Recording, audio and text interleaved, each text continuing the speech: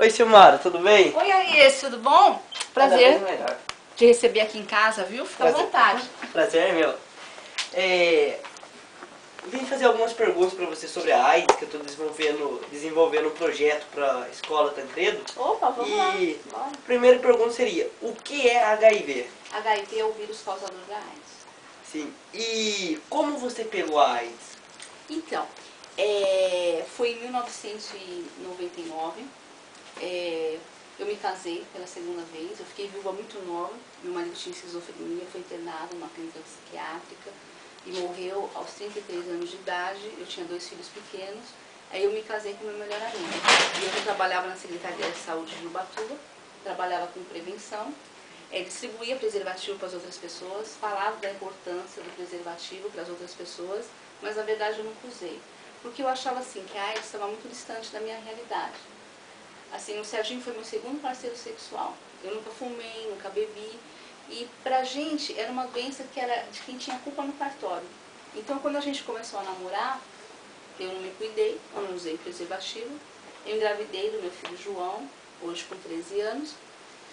E depois que o João nasceu, que ele já tinha 6 meses, que ele estava sendo amamentado, aí o meu marido ficou doente, ele teve uma toxoplasmose e foi diagnosticado que ele tinha AIDS. Sim. E você sofreu muito com isso? Olha, a gente sofre, né? Porque, assim, a primeira ideia que a gente tem é da morte, né? E eu fiquei com muito medo também que o João tivesse sido contaminado, mas graças a Deus ele não foi. E uma das formas de contaminação do vírus HIV é a amamentação, mas só que, graças a Deus, deu tudo certo. E, assim, quando você recebe um diagnóstico de HIV positivo, a sensação que você tem é que você vai morrer. E naquela época a gente sabia muito pouco sobre AIDS.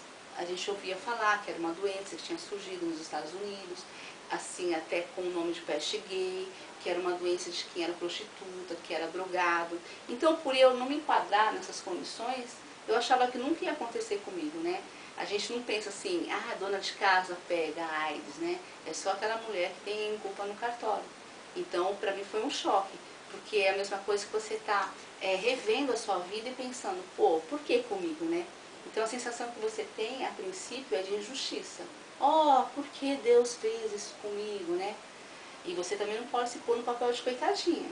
Porque essa situação de você ser a coitadinha, de você ser a vitimada, assim, em relação a alguns problemas da tua vida, não funciona.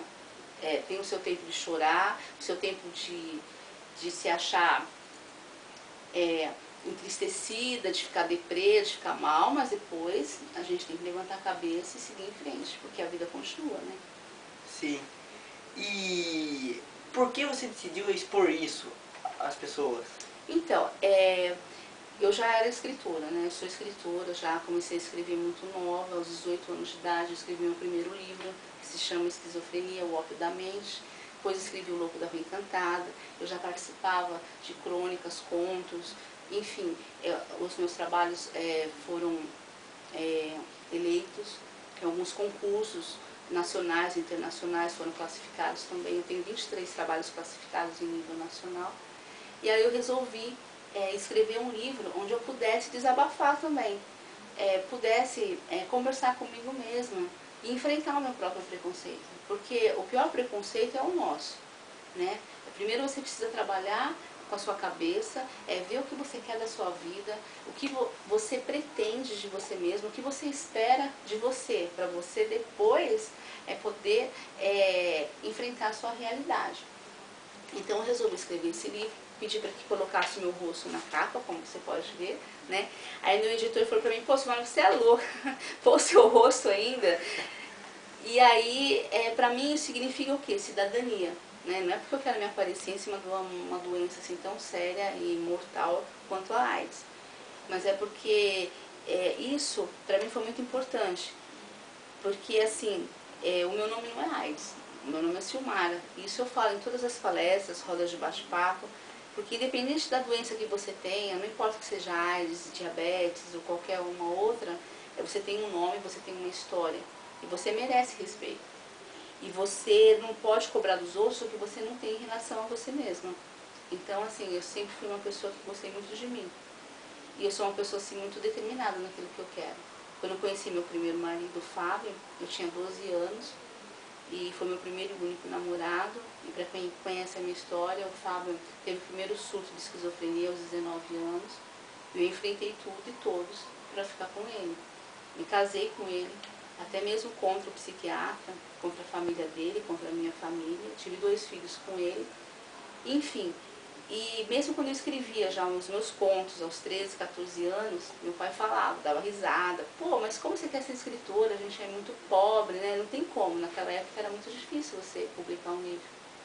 E eu já dizia com meu pai, né, que a gente tem que ter os nossos sonhos e que a gente precisa buscar realizar cada um deles. Então eu sempre fui uma pessoa muito determinada naquilo que eu busco.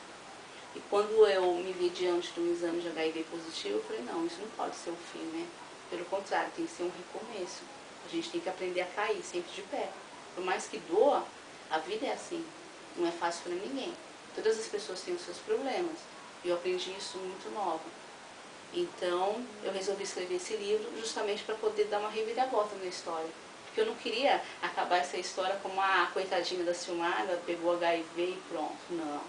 A Silmara, ela foi contaminada pelo vírus HIV, mas ela escreveu um livro, ela fundou o projeto Blá Blá Blá, agora que é uma associação Blá Blá Blá, e que a gente oferece mais de 13 cursos para a comunidade.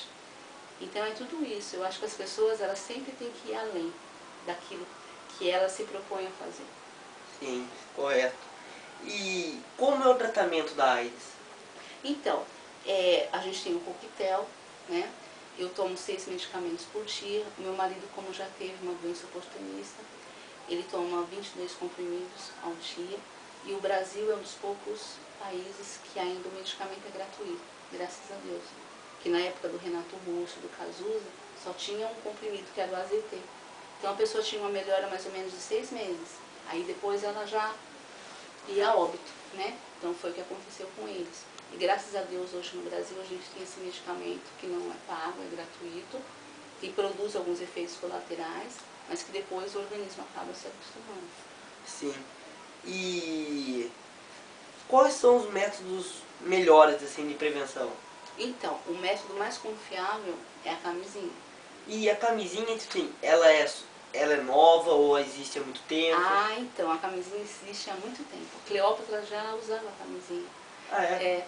Era feita da tripa do carneiro. Nossa, E ela usava para as doenças sexualmente transmissíveis, que naquela época a sífilis era muito então já forte. é muito antigo, né? Muito antigo. E como você citou o projeto, né? Nós ouvimos falar muito bem do projeto sério. Como funciona o projeto? Então, o projeto é como se fosse a minha família. Aqui em casa a gente respira o projeto Blá Blá Blá. É o assunto do cama, mesa e banho. Porque assim, eu procurei envolver toda a minha família. Porque a princípio, os meninos ficaram tristes, né? É lógico, nenhum filho vai chegar e vai falar, nossa, como eu estou feliz, minha mãe e meu pai têm HIV, né? Então eu precisei conversar com eles antes de lançar o livro. Depois, antes de lançar o projeto também, porque aqui foi tudo muito bem conversado, porque eu preciso da participação deles. E aí, eles são bem ativos dentro do projeto, tanto que o meu filho André é vice-presidente do projeto, o Rafael, o João Pedro, ele faz toda a área do web design, o banner do projeto, ele que faz, as vinhetas, ele que cria.